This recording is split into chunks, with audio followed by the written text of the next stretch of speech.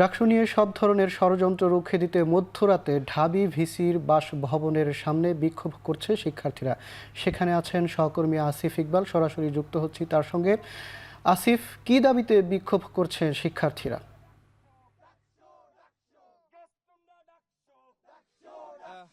যেটি বলছিলেন, এই ডাকসু নির্বাচনের যে রোডম্যাপ, সেই রোডম্যাপের দাবিতে কিন্তু আসলে এখানে শিক্ষার্থীরা বিক্ষোভ করছেন। তারা ভিসিকে ডাকসু নির্বাচনের জন্য 72 ঘন্টার একটি আলটিমেটাম দিয়েছে। এই 72 ঘন্টার মধ্যে তারা বলছেন যে ভিসিকে ডাকসু নির্বাচনের একটি রোডম্যাপ ঘোষণার জন্য। এখানে কিন্তু শিক্ষার্থীরা দেখছেন রাত 12টা থেকে তাদের যে বিক্ষোভটি আছে সেটি শুরু করেছেন এবং তারা এখানে অবস্থান নিয়ে কিন্তু বিভিন্ন ধরনের স্লোগান দিচ্ছে ডাকসু নির্বাচনের যে রোডম্যাপ সেটির জন্য। এবং তারা যদি বলতে চেষ্টা করছেন তাদের স্লোগানে যে ডাকসুটি কিন্তু শিক্ষার্থীদের অধিকার, সেই অধিকারটি তারা খুব শীঘ্রই ফিরে পেতে চান এবং ডাকসু নির্বাচনের মাধ্যমে কিন্তু একটি নেতৃত্ব তারা চান। তারা বলছেন যে ডাকসু নির্বাচন নিয়ে বিভিন্ন ষড়যন্ত্র হচ্ছে, সেই ষড়যন্ত্র মোকাবেলা করতে ভিসিকে অর্থাৎ উপাচার্যকে শিরদাঁড় শক্ত করে কঠিন পদক্ষেপ নেওয়ার কথা তারা বলছেন। তারা বলছেন যে ডাকসু নির্বাচনটি সঠিক সময় দেওয়ার মাধ্যমে তাদের যে অধিকারটি আছে সেই অধিকারটিকে তাদেরকে ফেরত দেওয়া।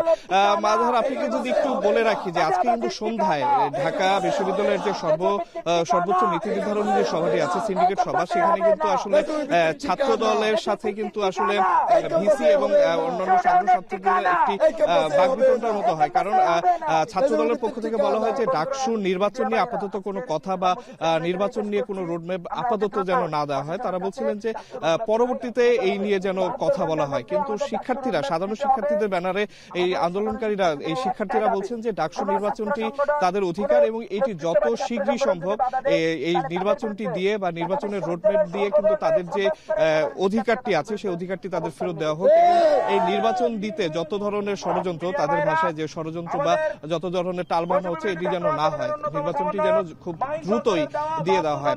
এখানে আপনারা দেখছেন যে শিক্ষার্থীরা কিন্তু বিভিন্ন ধরনের স্লোগান দিচ্ছে এবং তাদের যে দাবি দাওয়াগুলো আছে সেগুলো উপস্থাপন করার চেষ্টা করছেন। তারা একটু আগে কিন্তু ব্রিফ করেছেন।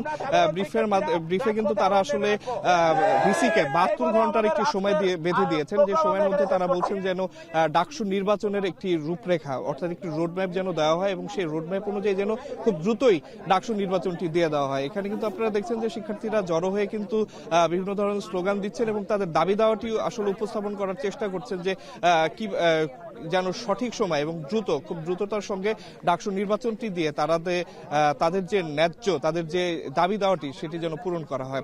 আমরা দেখছি শিক্ষার্থীরা এখানে কিন্তু সংবাদকর্মীদের সাথে কথা বলছেন এবং সংবাদকর্মীদের বিভিন্ন প্রশ্নের কিন্তু জবাব দিচ্ছেন। আমরা একটু শুনতে চাই আসলে শিক্ষার্থীরা কি বলতে চাচ্ছেন। আমরা একটু যুক্ত হচ্ছি সেখানে। হবে, কিন্তু ঢাকা বিশ্ববিদ্যালয়ের শিক্ষার্থীরা আশা করেছিল এই নতুন বাংলাদেশের প্রথম ছাত্র সংসদ নির্বাচন হবে এই ডাকসুর মাধ্যমে। কিন্তু আমাদের অত্যন্ত দুঃখ এবং পরিতাপের বিষয় যে এখনো ঢাকা বিশ্ববিদ্যালয় প্রশাসন আমাদের সামনে রোডম্যাপ ঘোষণা করতে পারেনি।